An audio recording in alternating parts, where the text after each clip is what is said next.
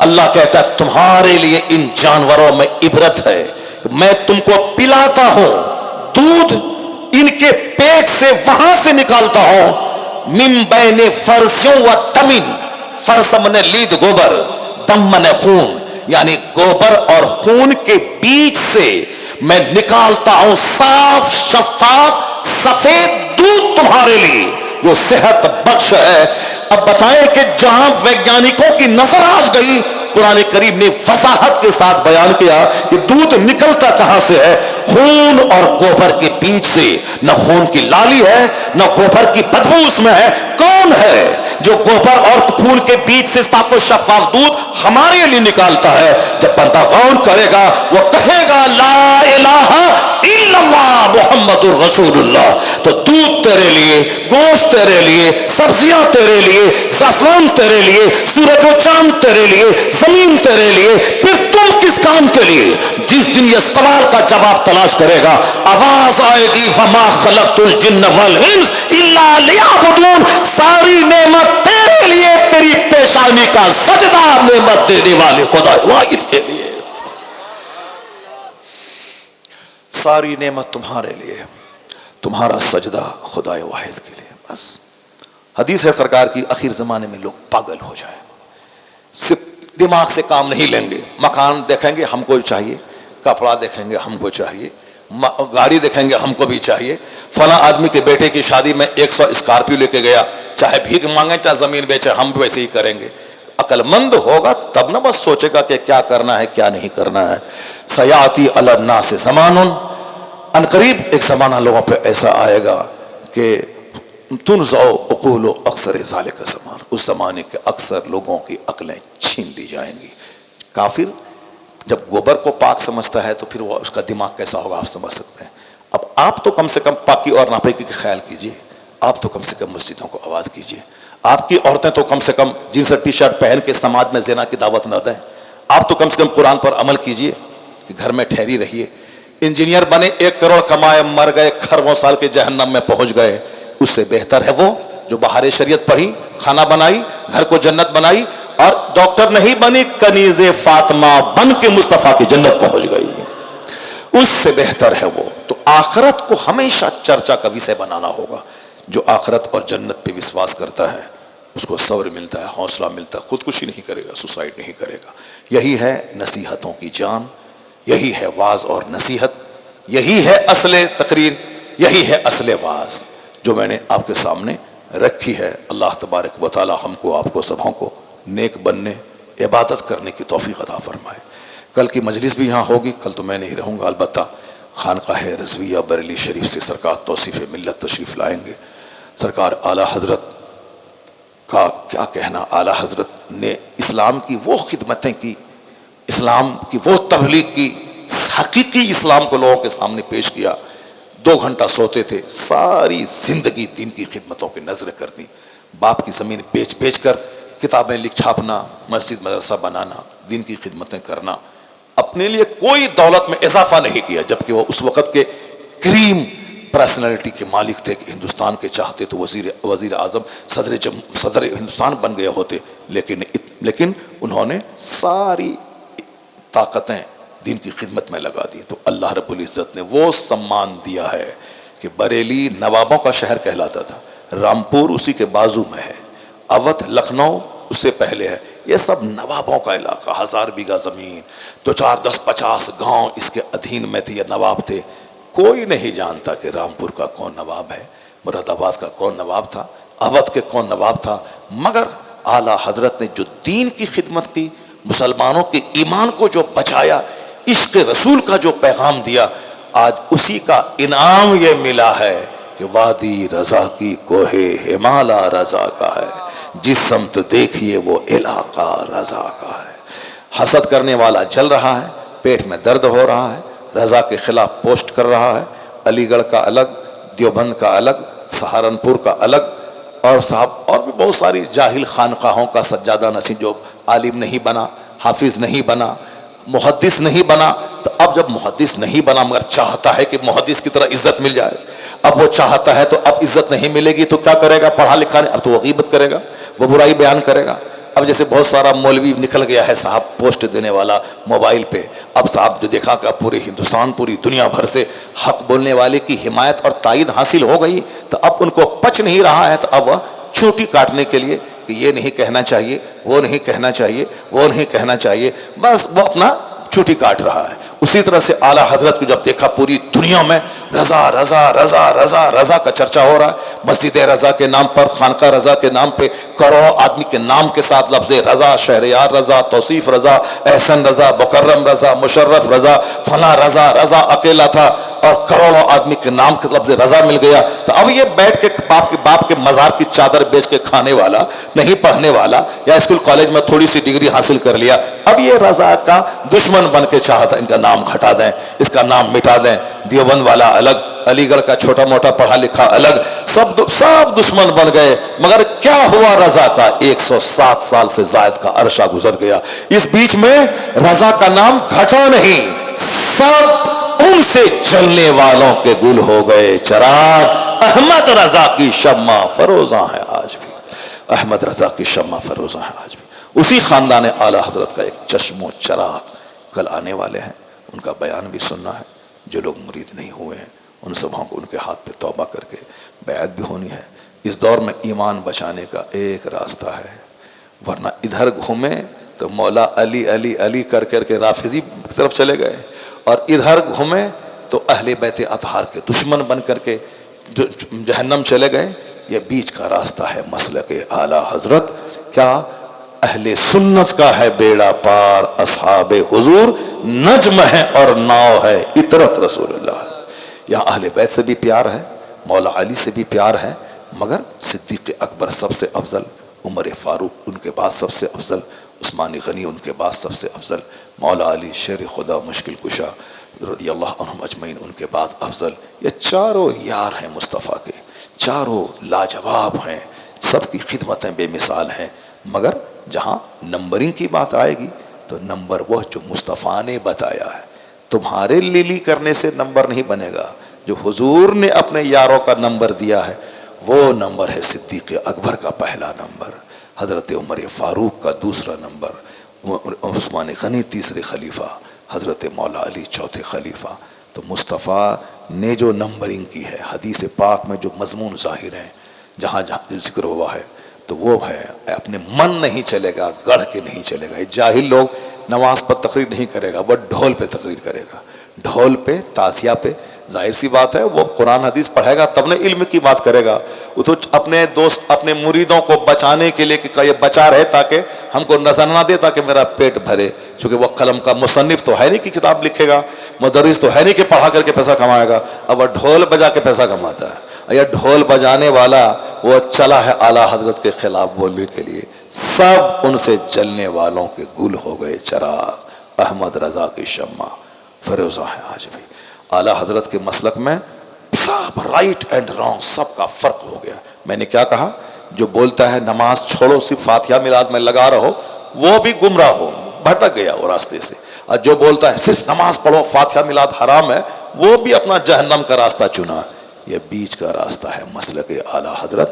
نماز بھی ہوگی، فاتحہ میلاد بھی ہوگی، نماز بھی ہوگی، مزارات کی حاضری بھی ہوگی، نماز بھی ہوگی، 12ویں کا جلوس بھی نکلے گا، نماز بھی ہوگی، غوث پاک کا لنگر بھی بانٹا جائے گا، نماز بھی ہوگی، مسجد بھی جایا جائے گا، اجمیر اور بنڈوا شریف بھی جایا جائے گا۔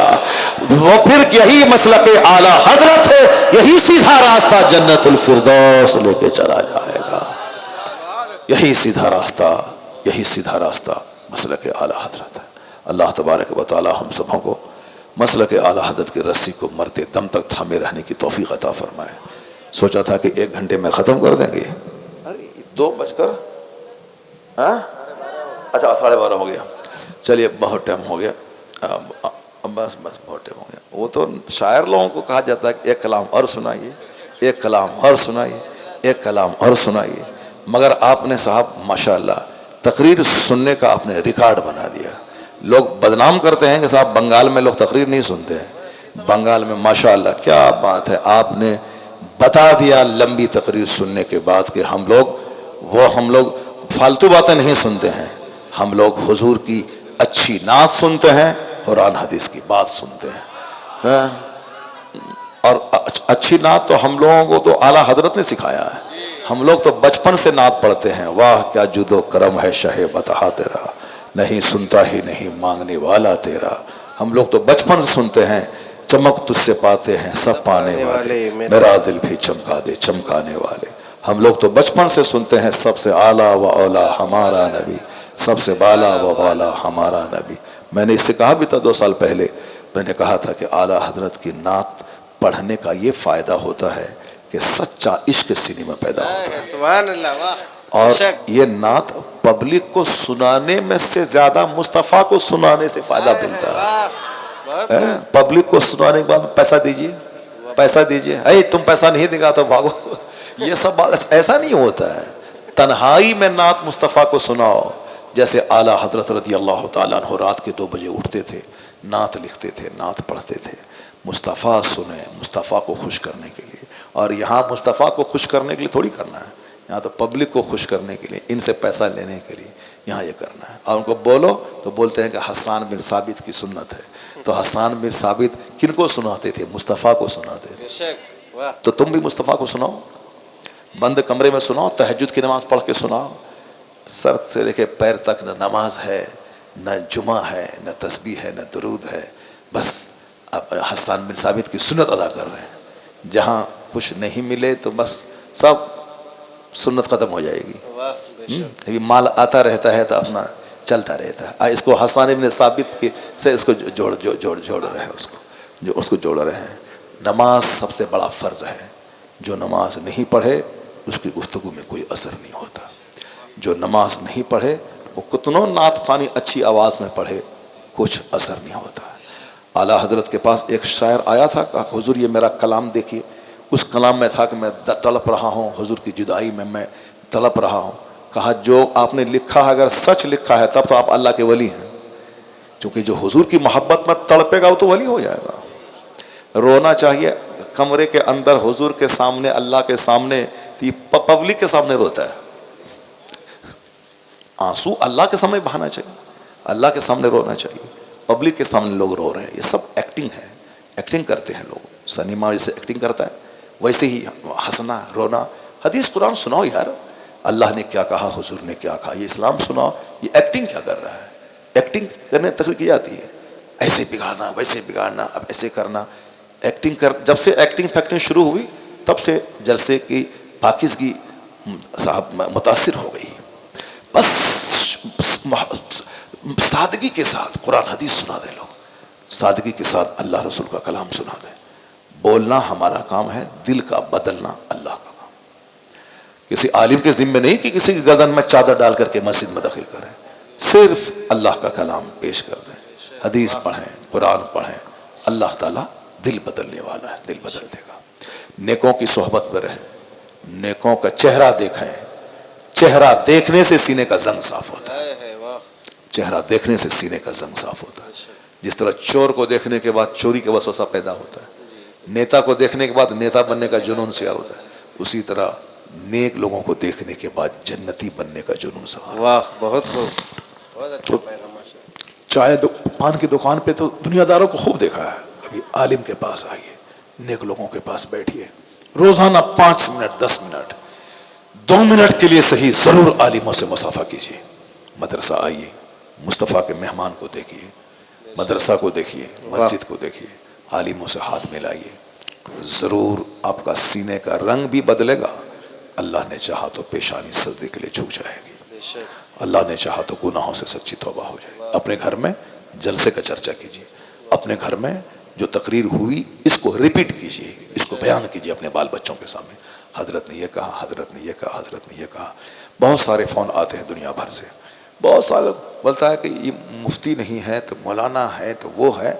تو ہم کو جلسے میں لوگ فتویٰ دینے کے لیے بلاتا ہے کہ تقریر کرنے کے لیے بلاتا ہے.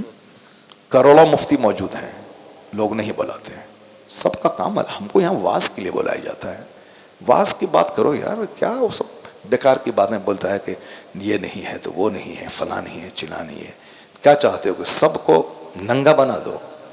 کسی کو تو رہنے دو جس کی بات کو لوگ غور سے سن رہا ہے، نمازی بن رہا ہے، لوگ نیک بن رہے ہیں. کم سے کم کچھ تو رہنے دو. سب چکر باتیں کرنا ضروری نہیں ہے. خاموش رہنے سے ہی بہت سارے مسئلے کا حل ہو جاتا ہے. خاموشی بہت بڑی نعمت ہے. کوئی ضروری ہے کہ سب بات کا چٹر جواب دے دیں اور سب باتیں بول دیں. بس ہاتھ میں قلم ہے, موبائل ہے, چٹر کیا, بس چلا دیا, بس سب بات کے کمنٹ کرنا کوئی ضروری ہے کیا؟ ضروری نہیں ہے. بلکہ خاموشی رہنے سے بڑے بڑے پرابلمز کا سولوشن ہو جاتا ہے.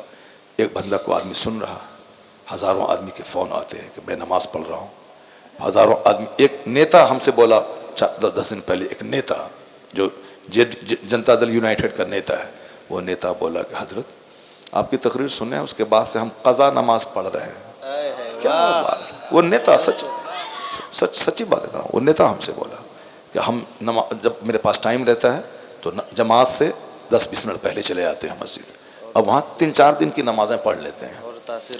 بتائیں یہ سر بات. اب یہ لپیٹ کھسیٹ کر کے ہم کو بھی جو ہے ردی کی ٹوکری میں ڈالنا چاہتا ہے. صاحب جس آدمی کی بات لوگ سن رہے ہیں, نمازی بن رہے ہیں, جو باتیں ہیں نشاندہی جو ہوتی ہے, ہم نے تو کہہ دیا صاحب پہلے کہ میرے جملے سے کسی کو بھی کوئی تکلیف پہنچی ہو, چاہے جس طرح کی باتیں ہوں, جو بھی باتیں ہوں, ہم ان ساری باتوں سے رجوع کرتے ہیں, توبہ کرتے ہیں.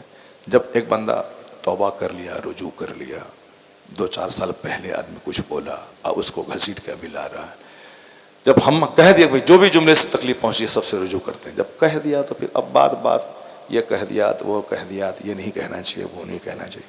میں نے تو بالکل رجوع کیا, جو بھی باتیں ہماری زبان سے نکل گئیں غصے میں کسی کو سمجھانے کے لیے. ایک باپ اپنے بیٹے کو دن بھر میں 5 بار بندر کہتا ہے, اے بندر ادھر آؤ. مدرسے میں جا کے دیکھو استاذ لوگ اپنے بچوں کو کیا نہیں کہتے ہیں. ہمارا ایک استاذ تھا, وہ تو اتنا خطرناک جملہ بولتا تھا کہ ہم اس کو دوہرا نہیں سکتے ہیں. ایسی سے باتیں کرتے تھے. تو آدمی اپنے چھوٹوں کو, اپنے عزیزوں کو کچھ نہ کچھ بولتا ہے تو بس ہو گئی, بات ختم ہو گئی. جب بندہ رجوع کر لیا کہ صاحب اپنے سب جملے سے میں نے رجوع کر لیا, تو اس کو رگڑ گھس نہیں کرنا چاہیے, اپنا کام کرنا چاہیے. اب اللہ رب العزت کا ڈر جب دل میں رہتا ہے تب بندہ دوسرے کی قدر کرتا ہے. یہاں تو چونکہ خود ہی سر سے لے کے پیر تک سوشل میڈیا میں ڈوبا ہوا ہے, نہ تلاوت کا, نہ درود کا, نہ نماز کا ٹائم ملتا ہے, تو وہ بندہ تو اچھائی کیسے برداشت ہوگی اس کو. اللہ تبارک و تعالی ہم کو, آپ کو سبوں کو نیک بننے کی توفیق عطا فرمائے, نیکوں کی صحبت میں رہنے کی توفیق عطا فرمائے, آمین. عالم دین کی عزت کرنے, ان کی گفتگو کو غور سے سننے کی توفیق عطا فرمائے. آمین. وآخر دعوانا الحمدللہ رب العالمین. مصطفیٰ